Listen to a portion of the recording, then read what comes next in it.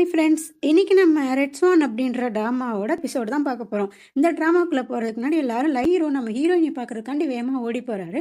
அப்புறம் ரெண்டு பேரும் பேச ஆரம்பிக்கிறாங்க. நம்ம ஹீரோயினி சொல்கிறாங்க, எனக்கு உன்னை பார்த்தா கொஞ்சம் கம்ஃபர்டபுளாக இல்லை, நீங்கள் இருக்கிறது எனக்கு கம்ஃபர்டபுளாக இல்லை அப்படின்னு சொல்கிறாங்க.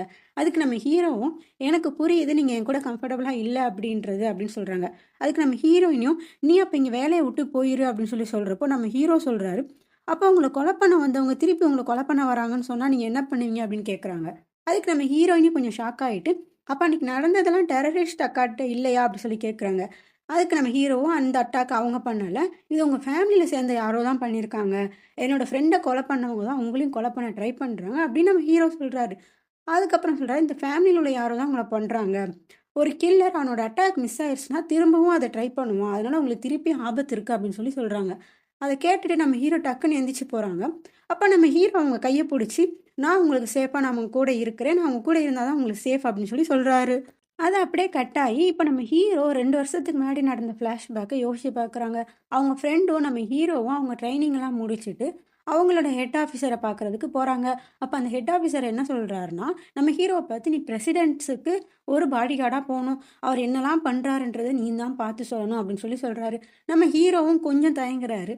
அதுக்கப்புறம் அந்த ஹெட் ஆஃபீஸர் நம்மளோட ஹீரோவோட ஃப்ரெண்டை பார்த்து, நீ மலாலிக்கு போ, அங்கே கேசிலோவில் என்னெல்லாம் நடக்குதுன்றதை நீ பார்த்து சொல்லணும். அது மட்டும் இல்லாமல் நம்ம ஹீரோயினியோட மாமனார் இறந்ததுலையும் ஏதோ சந்தேகமாக இருக்குது, அதையும் நீ பார்த்து சொல்லணும் அப்படின்னு சொல்கிறாங்க. அதுக்கப்புறம் நம்ம ஹீரோவோட ஃப்ரெண்டு இறந்ததுக்கப்புறம் நம்ம ஹீரோ அந்த ஹெட் ஆஃபீஸரை திருப்பி பார்க்கறதுக்காண்டி போகிறாரு. அப்போ அங்கே உள்ள போலீஸ் எல்லாம் அந்த ஹெட் ஆஃபீஸரை பார்க்க விட மாட்டேங்காங்க. ஆனால் நம்ம ஹீரோ எதை பற்றியும் கவலைப்படாமல் அங்கே உள்ளவங்களெல்லாம் தள்ளி விட்டுட்டு நேரம் அந்த ஹெட் ஆஃபீஸரோட காலிலே போய் விழுகிறாரு.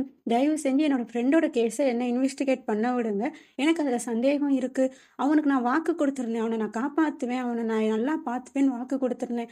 ஆனால் அவன் என் கையிலே செத்து போயிட்டான். அவன் என் கையில் அவன் சாகிறத என்னால் மறக்கவே முடியல. அதனால் தயவு செஞ்சு இதுக்கு நீங்கள் எனக்கு அனுமதிங்கன்னு கேட்குறப்போ அந்த ஹெட் ஆஃபீஸரும் சொல்கிறாரு, அந்த கேஸ் ஆல்ரெடி முடிஞ்சிருச்சு, நீ இனிமேல் இதில் தலையிடாத அப்படின்னு சொல்கிறாரு. நம்ம ஹீரோவும் எவ்வளோ கெஞ்சி பார்க்குறான். ஆனால் அந்த எவரும் எதுவுமே சொல்லாமல் அப்படியே விட்டுடுறாரு. இப்போ அப்படியே கட் பண்ணால் நம்ம ஹீரோயின் எவ்வளோ சொல்லியும் நம்ம ஹீரோ அந்த வேலையை விட்டு போகலை. நம்ம ஹீரோயின் எங்கே போனாலும் பின்னாடியே ஃபாலோ பண்ணுறாரு. நம்ம ஹீரோயின் இப்போ அவங்களோட அண்ணாவை பார்க்க போகிறாங்க. அவங்க அண்ணாவும் சொல்கிறாங்க, நீ உன்னோட மாமியாருக்கு எதிராகவும் உன் குடும்பத்துக்கு எதிராகவும் நீ நிறையா விஷயங்கள் பண்ணுற, இதெல்லாம் உனக்கு நல்லது இல்லையோன்னு எனக்கு தோணுது அப்படின்னு சொல்கிறாங்க. அதுக்கு நம்ம ஹீரோயினையும், அது எல்லாத்தையும் நான் பார்த்துக்கிறேன், நான் என்னோட ஆர்கனைசேஷனை இன்டர்நேஷ்னல் ஆர்கனைசேஷனாக மாற்ற போகிறேன், அப்படின்னா தான் என் மாமியார் அதிலேருந்து காசெல்லாம் எடுக்க அவங்களோட இதுக்கு யூஸ் பண்ணாமல் இருப்பாங்க அப்படின்னு சொல்கிறாங்க. அதுக்கு நம்ம ஹீரோயினியோட பிரதரும், இதெல்லாம் உன்னோட மாமியாருக்கு தெரியுமா அப்படின்னு கேட்குறப்போ நம்ம ஹீரோயினியும், தெரியும், நான் ரொம்ப நாளாகவே அவங்க கிட்ட இதை பண்ண போகிறேன்னு சொல்லிக்கிட்டு தான் இருக்கேன் அப்படின்னு சொல்கிறாங்க. அப்போ அந்த டெரர் அட்டாக் நடந்ததுக்கு எனக்கு என்னமோ மாமியார் மேலே தான் சந்தேகமாக இருக்குன்னு கேட்குறாங்க. அவங்க அப்படி சொல்கிறப்ப நம்ம ஹீரோயினியும், நீ அப்படிலாம் சொல்லாத, அவங்க அதுக்கு இருக்க வாய்ப்பு இல்லை அப்படின்னு சொல்கிறாங்க. ஆனால் நம்ம ஹீரோயினியோட அண்ணாவும், எனக்கு சந்தேகமாக இருக்குன்னு தான் நான் சொன்னேன், நீ பார்த்து இருந்துக்கும் அப்படின்னு சொல்கிறாங்க. அதுக்கப்புறம் நம்ம ஹீரோயினும் அவங்க ஃப்ரெண்டை பார்க்கறதுக்காண்டி போகிறாங்க. நம்ம ஹீரோவும் அவங்கள ஃபாலோ பண்ணி போகிறாங்க. அந்த ஃப்ரெண்டு வேற யாரும் இல்லை, அந்த பார்ட்டியில் நம்ம ஹீரோயினி ஹஸ்பண்ட் கூட ஒன்றா இருந்தால் அந்த பொண்ணு தான். நம்ம ஹீரோயினியும் வேகமாக போய் அவங்க கூட பேச போகிறாங்க. அப்போ அந்த பொண்ணு கேட்குறா, இந்த விஷயம் உனக்கு ஆல்ரெடி தெரியுமா, நானும் அவரும் அஃபேரில் இருக்கிறதுக்கு உனக்கு எப்போ தெரியும் அப்படின்னு கேட்குறப்போ நம்ம ஹீரோயினியும், நீ உன் பையனை கூட்டிகிட்டு வந்து அந்த வீட்டில் இன்ட்ரடியூஸ் பண்ணுறப்பே எனக்கு தெரிஞ்சிருச்சு அப்படின்னு சொல்கிறாங்க. அதான் உனக்கு எல்லாம் தெரிஞ்சிருச்சுல, உன்னோட பையனும் ஒரு கார் ஆக்சிடெண்ட்டில் இறந்துட்டான், அதனால இப்போ உனக்கு அடுத்த ஒரு குழந்தை பெற்றுக்கிறதுக்கும் ஆசை இல்லை, அப்போ நீ டிவோர்ஸ் பண்ணிட்டு போயிரு, நான் அவர் கூட வாழ்கிறேன் அப்படின்னு சொல்கிறான். அதுக்கு நம்ம ஹீரோயினியும், நீ நினைக்கிற மாதிரி இந்த குடும்பத்தில் வாழ்கிறதெல்லாம் அவ்வளோ ஈஸி கிடையாது, நான் உனக்கு சுவிட்சர்லாந்தில் ஒரு ரெடி பண்ணி வச்சுருக்கேன், நீ அங்கே போய் உன் பையன் கூட வாழு அப்படின்னு சொல்கிறாங்க. அதுக்கு அந்த பொண்ணும், என்னால் அது முடியாது, அது மட்டும் இல்லாமல் உன்னோட ஹஸ்பண்ட் ஆஃப்ரிக்காவில் உன்னை ஃபஸ்ட் டைம் பார்த்தோன்னே லவ்வில் விழுந்துட்டா, நீ கனவு காணாத. ஆக்சுவலி நடந்த உண்மை என்னென்னா, அதுக்கு முந்தின நாள் உன்னோட ஹஸ்பண்டும் ஒரு ஃபேமஸான செலிபிரிட்டியும் ஒன்றா இருந்திருக்காங்க. அப்படி அவங்க ஒன்றா இருக்கிறப்போ அவங்க நிறையா ட்ரக்ஸ் எடுத்தனால அடுத்த நாள் காலையில் பார்த்தா அந்த பொண்ணு இறந்து கிடந்திருக்கான். இவனுக்கு என்ன பண்ணன்னு தெரியாமல் தான் உடனே கிடந்து ஆஃப்ரிக்காவுக்கு வந்து, நீ ரொம்ப ஃபேமஸான ஒரு கோல் பிளேயர்ன்றனால மட்டும்தான் உன்னை கல்யாணம் பண்ணுற மாதிரி பண்ணியிருக்கான். ஏன்னா அப்படின்னா தான் எல்லாரும் அந்த டாப்பிக்கை விட்டுட்டு இந்த டாப்பிக்கை பற்றி பேசுவாங்கன்னு மட்டும்ன்றனால தான் இவனை கல்யாணம் பண்ணான். மற்றபடி உனக்கு அவனுக்கெல்லாம் லவ்ன்றதெல்லாம் எதுவுமே இல்லை அப்படின்னு சொல்கிறாங்க. அதுக்கு நம்ம ஹீரோயினும், எனக்கு இது நல்லாவே தெரியும், என்னோட கல்யாண வாழ்க்கை எப்பயே முடிஞ்சிருச்சுன்றது எனக்கு எல்லாமே தெரியும், ஆனாலும் நான் டிவோர்ஸ் பண்ண மாட்டேன், உனக்கு வேணும்னா நீ அஃபராவே மட்டும் இருந்துக்கோ. உன்னால ஒய்ஃப்ன்ற ஒரு அந்தஸ்துக்கு வரவே முடியாது அப்படின்னு சொல்லிட்டு நம்ம ஹீரோயினி கிளம்புறாங்க. அதுக்கப்புறம் நம்ம ஹீரோயினி வீட்ல போய் அவங்க மாமியார பார்க்குறாங்க. அப்ப அந்த மாமியார் சொல்றா, "நீ அடுத்த குழந்தை பெத்துக்கிற மாரியும் தெர்ல. என் பையன் கூட நீ சந்தோஷமா இருக்கிற மாதிரி எனக்கு தெரியல. அதனால நான் அந்த பையனையே இந்த வீட்டுக்கு கூப்பிட்டு வர போறேன். அவனையே என்னோட பேரன் அவன அறிவிக்க போறேன்" அப்படின்னு சொல்லி சொல்றாங்க. அதுக்கு நம்ம ஹீரோயினியும், "நான் இருக்கிற வரைக்கும் அத நான் பண்ண விட மாட்டேன். உங்களால முடிஞ்சத நீங்க பண்ணிக்கோங்க" அப்படின்ட்டு கிளம்புறாங்க. நேரா போய் அவங்க ஹஸ்பண்ட பார்க்க போறாங்க. அப்ப நம்ம ஹீரோயினோட ஹஸ்பண்டும் சொல்ல ஆரம்பிக்கிறான், "அப்போ நீ உனக்கு உண்மையிலே என் மேல அக்கறை இல்லையா? இந்த விஷயம் தெரிஞ்சும் நீ அத கண்டுக்கவே இல்ல" அப்படின்னு சொல்லி கேட்குறான். அதுக்கு நம்ம ஹீரோயினி சொல்றாங்க, "இல்ல நீங்க என்னை எப்போ லவ் பண்ண ஆரம்பிச்சீங்க அப்படின்னு சொல்லுங்க ஃபர்ஸ்ட்" அப்படின்னு கேட்கிறப்போ, அவங்க ஹஸ்பண்டும் சொல்ல ஆரம்பிக்கிறான், "நான் ஆப்பிரிக்கால உன்ன பார்த்தோனே நான் லவ் பண்ண ஆரம்பிச்சேன். லவ் அட் ஃபர்ஸ்ட் சைட்" அப்படின்னு சொல்லி சொல்றான். அதுக்கு நம்ம ஹீரோயினியும், நீங்க அந்த பொண்ணையும், அந்த பையனையும் நீங்க இங்கேருந்து அனுப்புங்க எங்கேயாச்சும். அதுக்கப்புறம் நம்ம பேசிக்கலாம்" அப்படின்னு சொல்லி சொல்றாங்க. அதுக்கு நம்ம ஹீரோயினோட ஹஸ்பண்ட் சொல்றான், "நான் என்னோட அம்மாட்ட சொல்லி அதுக்கு ஏற்பாடு பண்றேன்" அப்படின்றான். அப்ப நம்ம ஹீரோயினியும், "இத கூட உங்களால பண்ண முடியாதுல்ல" அப்படின்னு கேட்கிறப்போ, "நீ என்ன எதுக்குமே உதவாக்கரனா நீ நினைக்கிறல்ல" அப்படின்ட்டு அந்த ஹஸ்பண்டும் கோவமா அங்கருந்து கிளம்பி போறான். அதுக்கப்புறம் அவங்க ஹீரோயினியோட மாமியார காட்டுறாங்க. அவங்க சுவிட்சர்லாந்துலேருந்து ஏதோ இந்த அழகுக்காண்டி பயன்படுத்துற மிஷின்லாம் கொண்டு வந்து அத யூஸ் பண்ணிக்கிட்டு இருக்காங்க. அப்ப அந்த பொண்ணும் சொல்றா, "நான் இத உங்களுக்கு எப்படியாச்சும் பேசி கொஞ்சம் கம்மியான டிஸ்கவுண்ட்ல வாங்கி தரேன்" அப்படின்னு சொல்றப்ப, நம்ம மாமியாரும் சொல்றாங்க, "நான் அந்த மாரிலாம் கிடையாது. எனக்கு சீப்பான பொருள்லாம் கிடைக்காது. எனக்கு அது பிடிக்கவும் பிடிக்காது. எனக்கு இத டபுள் ரேட் குடுத்தாலும் எப்படியாச்சும் எனக்கு இந்த மாரியே வாங்கி குடுத்துரு" அப்படின்னு சொல்லி சொல்றா. அதுக்கப்புறம் வந்து நம்ம மாமியாரோட செக்ரட்டரி வந்து சொல்றாங்க, "இந்த மாரி உங்கள பார்க்கறதுக்காண்டி ஜான் ரே வந்திருக்கா" அப்படின்னு சொல்லி சொல்றப்போ, "அவ எதுக்கு இங்க வந்திருக்கா?" அப்படின்னு சொல்லிட்டு நம்ம மாமியார் போய் பார்க்க போறாங்க. அது வேற யாரும் இல்ல, நம்ம ஹீரோயினி ஹஸ்பண்டோட அஃபேர். அந்த பொண்ணு வந்து என்ன சொல்ல ஆரம்பிக்கிறான்னா, "இந்த மாரி ஹீரோயினி வந்து என்ன பார்த்தா, என்ன வந்து ரொம்ப மிரட்டுறா. நீ வந்து ஒண்ணு சுவிட்சர்லாந்துக்கு போ, இல்லன்னா அமெரிக்காவுக்கு போ. நீங்க இருந்தனா உன்ன வாழவே விட மாட்டேன்" அப்படின்னு சொல்லி மிரட்டுறா. "எனக்கு ரொம்ப பயமா இருக்கு" அப்படின்னு சொல்லி அந்த பொண்ணு சொல்றா. அப்போ நம்ம மாமியாரும், "நீ சொல்லிட்டல்ல, நீ இங்க இருந்து கிளம்பு. மத்தத நான் பார்த்துக்கிறேன்" அப்படின்னு சொல்லிட்டு அவங்க லாயருக்கு கால் பண்ணி, நாளைக்கே அந்த விஷயம் நடக்கணும் அப்படின்னு ஏதோ ஒண்ணு சொல்றாங்க. அது என்ன விஷயம் அப்படின்னா, அது என்ன பிளான் அப்படின்னா, இவங்க எல்லாரும் ஃபேமிலி ஃபோட்டோ எடுத்து அத பிரஸ்ஸுக்கு குடுப்பாங்க. அதனால அந்த ஃபோட்டோல அந்த பொண்ணோட பையன எப்படியாச்சும் இருக்கணும்னு வைக்கணுன்றது தான் நம்ம மாமியாரோட பிளானு. அதுக்கேத்த மாரி அடுத்த நாள் எல்லாரும் ரெடி ஆகுறாங்க.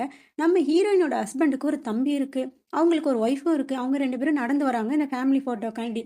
அப்போ அவங்க 2 பேரும் அந்த குட்டி பையன பார்க்குறாங்க. அந்த ஒய்ஃப்காரி கேட்கறா, "இந்த குட்டி பையன் யாரு? இவன் எதுக்கு இங்க இருக்கான்?" அப்படின்னு சொல்லி கேட்கிறப்போ, "இது ஜான் டேரோட பையன் தான்" அப்படின்னு சொல்றான்.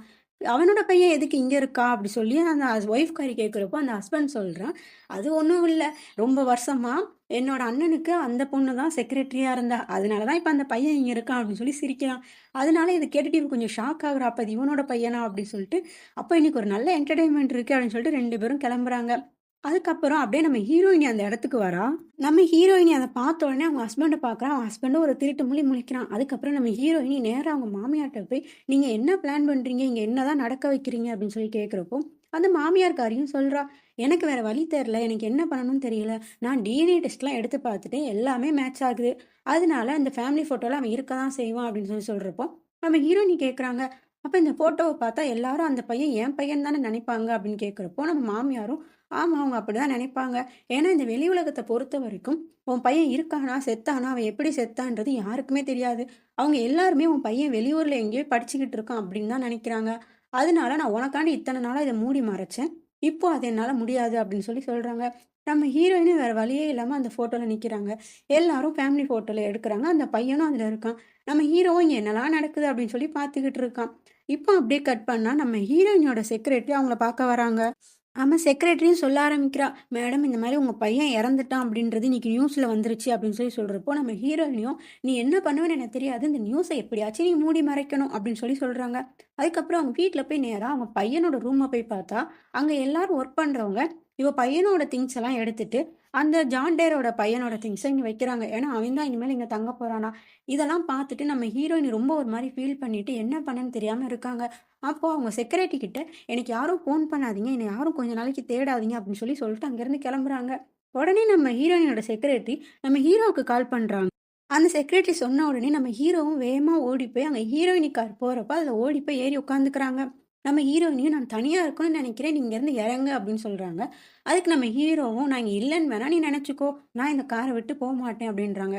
நம்ம ஹீரோயினியும் அந்த கார எடுத்துட்டு போய் ஒரு பீச்ல போய் தனியா நடந்து போய்க்கிட்டு இருக்காங்க. நம்ம ஹீரோவும் பின்னாடியே நடந்து போறாரு. அதுக்கப்புறம் திருப்பி ஹீரோயினி அந்த கார்ல ஏறுறப்போ, நம்ம ஹீரோ அவங்களோட காலெல்லாம் தொடச்சி விடுறாரு, அந்த மண்ணெல்லாம் இருக்கக்கூடாது அப்படின்னு. நம்ம ஹீரோயினியும் கார்ல ஏறும்போது நம்ம ஹீரோ அவங்களோட காலெல்லாம் தொடச்சி விடுறான். இதை பார்த்துட்டு நம்ம ஹீரோயினும் கேட்க ஆரம்பிக்கிறாங்க, நீ அன்னைக்கு சொன்ன எதையுமே என்னால் நம்ப முடியல, நீ எனக்கு ஒரு சாலிடான ப்ரூஃப் எடுத்துட்டு வந்து கொடுக்கணும் அப்படின்னு சொல்றாங்க. அதுக்கு நம்ம ஹீரோவும் நான் அதை பண்றேன் மேடம் அப்படின்னு சொல்றாங்க. அப்போ நம்ம ஹீரோயினியும் அது வரைக்கும் நீ எனக்கு பாடி கார்டா இருக்கலாம் அப்படின்னு சொல்லிட்டு அவங்களுக்குன்னு இருக்கிற ஒரு கெஸ்ட் ஹவுஸுக்கு போறாங்க. ஆனா நம்ம ஹீரோயினியோட ஹஸ்பண்ட் நம்ம ஹீரோயினிக்கு முன்னாடியே அங்க வந்து இருக்கிறான். அதுக்கப்புறம் அவங்க ஹஸ்பண்ட் சொல்ல ஆரம்பிக்கிறான், நீ இங்கே தான் வருவேன்னு எனக்கு தெரியும், நம்மளுக்கு கல்யாணம் ஆகி இத்தனை வருஷத்துல நம்ம இப்போ தான் ஃபர்ஸ்ட் டைம் இங்கே வந்திருக்கோம் அப்படின்னு சொல்லி சொல்கிறான். அப்போ நம்ம ஹீரோயினோட ஹஸ்பண்டும் சொல்கிறான், நீ என்னை டிவோர்ஸும் பண்ண மாட்டேங்க, செகண்ட் பேபி பெற்றுக்கணும்னு விரும்பலை, நீ என்ன தான் பண்ண போகிற அப்படின்னு கேட்குறப்போ, நீ எதுக்காண்டி என்ன கல்யாணம் பண்ணன்னு எனக்கு நல்லாவே தெரியும், உன்னோட தப்பை மூடி மறைக்கணுன்றதுக்காண்டி தான் என்னை கல்யாணம் பண்ணேன், அதனாலேயே எனக்கு இந்த வாழ்க்கையில் ஒரு பிடிப்பே இல்லை, நான் எல்லாத்தையுமே வெறுத்துட்டேன், யாரையும் நம்புறதில்லை அப்படின்னு சொல்லி சொல்கிறாங்க. இதை கேட்டுட்டு நம்ம ஹீரோயினோட ஹஸ்பண்டும் எனக்கு 2வது குழந்தை வேணும் அப்படின்னு சொல்லிட்டு அவங்கள ஃபோர்ஸ் பண்ணுறப்போ நம்ம ஹீரோயினை தள்ளி விட்டுட்டு, எனக்கு இதில் விருப்பம் இல்லை, என்னை நீ கட்டாயப்படுத்தாத அப்படின்னு சொல்லி சொல்கிறாங்க. அதுக்கு நம்ம ஹீரோயினோட ஹஸ்பண்டும் நான் உன்னோட புருஷன் அப்படின்னு சொல்லிட்டு நம்ம ஹீரோயினையை திருப்பி ஃபோர்ஸ் பண்ணுறப்போ நம்ம ஹீரோ இதை பார்க்குறாரு வெளியே இருந்து. ஸோ வேகமாக ஓடி வந்து அந்த ஹீரோயினோட ஹஸ்பண்டை பின்னாடி இருந்து லாக் பண்ணிட்டு, வேணாம் சார், நீங்கள் இதெல்லாம் பண்ணாதீங்க சார், தயவு செஞ்சு இதை பண்ணாதீங்க அப்படின்னு சொல்லி சொல்கிறான். அப்போ அந்த ஹஸ்பண்ட் காரணம் நீ என்னை விடு அப்படின்னு சொல்லி கொஞ்சம் கோவமாக சொல்லணுன்னே நம்ம ஹீரோவும் அதை விட்டுடுறாரு. அதுக்கப்புறம் சொல்கிறாரு, நீங்கள் இப்படி ஏதாச்சும் பண்ணி அவங்களுக்கு ஏதாச்சும் அடிபட்டுச்சுன்னா நம்ம 3 பேருக்குமே தான் பிரச்சனை அப்படின்னு சொல்லி சொல்கிறாங்க. அதுக்கப்புறம் நம்ம ஹீரோயினையும் நான் இப்போ வீட்டுக்கு போனேன், என்னை வீட்டுக்கு கொண்டு போய் விடுன்னு சொல்கிறாங்க. ஸோ நம்ம ஹீரோவும் காரில் கூப்பிட்டு போகிறாரு. காரில் போகிறப்போ 2 பேருமே எதுவுமே பேசிக்காமல் அமைதியாகவே போகிறாங்க. இப்போ அடுத்த நாள் காலையில் நம்ம டேண்டேராவை காட்டுறாங்க. அவள் நம்ம ஹீரோயின் ஹஸ்பண்டோட ரூம்குள்ளே போகிறப்போ அங்கே மிஸ்டர் பார்க் தான் வெளியே நிற்கிறாரு. இல்லை நான் அவங்கள உள்ளே விட மாட்டேன்னு சொல்கிறப்போ அந்த பொண்ணு சொல்கிறா, இது உனக்கும் புதுசில் எனக்கும் புதுசில், தயவு செஞ்சு வழி விடு அப்படின்னு சொல்லிட்டு நேராக உள்ளே போனால் அந்த ஹஸ்பண்ட்கார இன்னொரு பொண்ணு கூட அங்கே ஒன்றா இருந்திருக்கா நைட்டு. இவளுக்கு இதெல்லாம் புதுசு இல்லை போல. அதனால நேராக போய் அந்த பொண்ணை எழுப்பி, நீ ஒழுங்கு மரியாதையாக இங்கேருந்து போயிரு அப்படின்னு சொல்லி மிரட்டுறா. அதுக்கு அந்த பொண்ணு நீ யாரு அப்படின்னு கேட்குறப்போ, நான் இவனோட செகண்ட் ஒய்ஃப் அப்படின்னு சொல்லிட்டு ஒரு மாதிரி நக்கலாக சொல்கிறா. அதுக்கப்புறம் இவன்ட்டையும் போய் ஒரு மாதிரி நக்கலாகவே, என்ன உன் ஒய்ஃப் 2வது பிள்ளை பெற்றுக்க மாட்டேன்னு சொல்லிட்டாளா, உன்னை தள்ளி வச்சுட்டாளா அப்படின்னு கேட்குறப்போ, அவன் இவளை பிடிச்சி ஒரு தள்ளி விட்டுட்டு போயிடுறான். இப்போ அப்படியே நம்ம ஹீரோவும் மிஸ்டர் பார்க்குக்கு போகிறாரு. பார்க் என்ன பண்ணுறாருன்னா, அங்கே உள்ள சிசிடிவி கேமரா அங்கே எல்லாரும் எப்படி ஃபைட் பண்ணுறாங்க அப்படின்னு எல்லா இடத்தையும் சுற்றி காட்டுறாரு. நம்ம ஹீரோவும் செம்ம அல்டிமேட்டாக ஃபைட் பண்ணுறாரு. அங்கே உள்ள எல்லாருக்கூடயும் நல்லா மிங்கலாகவும் ஆகுறாரு. அப்போ நம்ம ஹீரோ மிஸ்டர் பார்க் கிட்ட கேட்குறாரு, நேற்று அந்த ஃபேமிலி போட்டோல இருந்த பையன் யாருன்னு கேட்குறப்போ மிஸ்டர் பார்க்கும், அதெல்லாம் உனக்கு தேவையில்லாதது, இந்நேரம் உனக்கே தெரிஞ்சிருக்கும் அந்த பையன் யாருன்னு சொன்னோடனே நம்ம ஹீரோக்கும் புரிஞ்சிருது. அப்புறம் கேட்குறாரு, ஹீரோ நீ பையன் சுவிட்சர்லாந்தில் படிக்கிறதா தானே சொல்கிறாங்க, அவனுக்கு உண்மையிலே என்ன ஆச்சுன்னு கேட்குறப்போ, அதெல்லாம் நீ தலையிடாத, அதெல்லாம் பெரிய விஷயம், நீ உன்னோட வேலையை மட்டும் பாருன்னு மிஸ்டர் பார்க் சொல்கிறாரு. நம்ம ஹீரோவும் திருப்பி ஹீரோயினோட மாமனார் எப்படி இறந்தாரு அப்படின்னு கேட்குறப்போ, அவரு ஹார்ட் அட்டாக் வந்து இறந்தாரு, இந்த பேலஸில் தான் இறந்தாரு, இதுக்கு மேலே நீ எதுவும் கேட்காத, உன் வேலையை மட்டும் நீ ஒழுங்கா பாரு அப்படின்னு சொல்லிட்டு அங்கேருந்து கிளம்புறாரு. நம்ம ஹீரோவும் நேராக போய் அந்த வீடியோவை திருப்பி பார்க்குறான். அந்த ஃப்ரெண்டோட ஃபோட்டோக்கு பின்னாடி இருந்து கிடைச்ச அந்த வீடியோவை. அதில் நம்ம ஹீரோயினியோட மாமனாரை கொண்டு போகிற பாடி வந்து இந்த இடம் கிடையாது, பேலஸில் கிடையாது, அது வேற எங்கேயோ அது கொண்டு போகிறாங்க. இதை பார்த்தோன்னே நம்ம ஹீரோவுக்கு கொஞ்சம் ஷாக் ஆகுது. அப்போ இது எந்த இடமா இருக்கும் அப்படின்னு சொல்லிட்டு யோசிக்கிறாரு. ஸோ இதோட இந்த எபிசோட் முடியுது. நம்ம நெக்ஸ்ட் எபிசோடில் பார்க்கலாம். உங்களுக்கு இந்த வீடியோ பிடிச்சிருந்தா மறக்காமல் லைக் பண்ணி சப்ஸ்கிரைப் பண்ணுங்கள். டடா.